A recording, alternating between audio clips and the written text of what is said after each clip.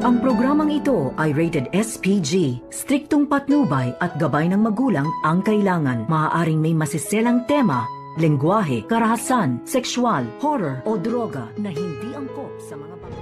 Bakit pinatay mo si Norman, ha? Zoe!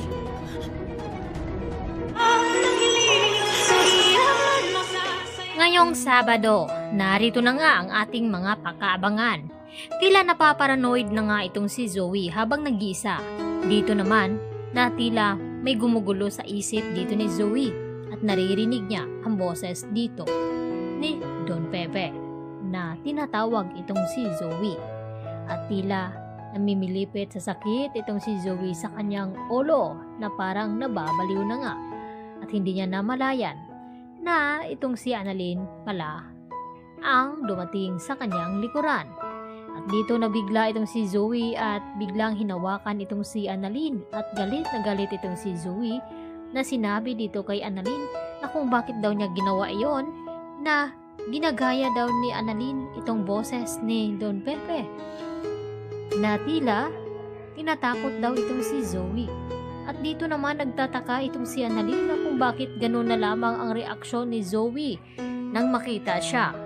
At maya-maya nga sinabi ni Annalyn na nasasaktan siya dito sa hawak ni Zoe na tila nananakit na nga. At maya-maya nga biglang dumating itong si Giselle at inawat itong si Zoe na kung bakit sinasaktan niya ni umano itong si Annalyn. At dito nasabi dito ni Annalyn na parang kinakain na ng konsensya itong si Zoe na nahahalata na nga nila na may kinalaman itong si Zoe sa nangyari nga dito kay Lolo Pepe. Dahil hindi naman ito na mapapraning kapag wala siyang ginawang masama dito. Hanggang siya na ang magsasabi dito kina RJ at Giselle na siya nga ang tumulak dito kay Don Pepe. Samantala, nagsigasigahan naman itong si Moira na dumating dito nga sa prayer meeting nila Giselle at RJ sa kanilang ama. At naaamoy pa nga ni Giselle na amoy alak nga itong si Moira. At nangako naman ito kay Zoe na wag daw gumawa ng gulo dito sa Apex dahil mas madagdagan pa ang mga akusasyon dito ni Giselle sa kanya. Lalo pa ngayon na hindi pa nagagawa ng paraan ni Moira na maabsuelto itong fingerprint dito ni Zoe na pinagawa nga dito ni Giselle. At nag-aalala pa rin ito na baka makita at malaman nila na may kinalaman itong si Zoe sa nangyaring aksidente kay Don Pepe at tuluyan siyang makulong. Kaya hindi na nga mapakali ngayon itong si Zoe na pati itong kaibigan niyang si Joy inadadamay na sa init ng ulo ni Zoe. Samantala, paepal din naman itong si Michael at palihim na nakikinig dito kay na RJ at Lynette na nag-uusap na pinayuhan at pinagaan ni Lynette ang loob ni RJ na magiging okay ang lahat. At dito nga na kunwari na niyayakap daw ni Lynette itong si RJ.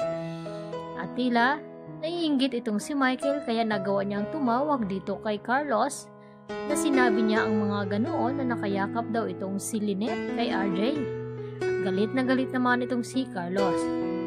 At walang kaalam-alam itong si Michael na habang kausap niya itong si Carlos ay naririnig siya ng kanyang fiancé na si Doktora Evangelista. At nagtataka ito na kung bakit sinusumbong di umano ni Michael itong sina RJ at Lynette dito kay Carlos. Ano nga ba ang motibo dito ni Michael? Gusto niya bang sirain itong si RJ dito kay Carlos at ganun din itong si Lynette upang masaktan ni Carlos itong si Lynette? Kaya hindi nga nila inaasahan na ganun pala ang ugali dito ni Michael. Kaya yan naman ang ating patuloy na pakaabangan bukas mga kapuso dahil mas matindi pa ang mga pangyayaring aabangan dahil sa maraming twist lalo pat magkakaroon na nga sila ng season 2. Yan ang ating pakatutukan. Dito lamang yan sa Abot Kamay na Pangarap. Yan lang po ang aking karagdagan latest update at marami pong salamat sa inyong panonood. Hanggang sa muli. Bye!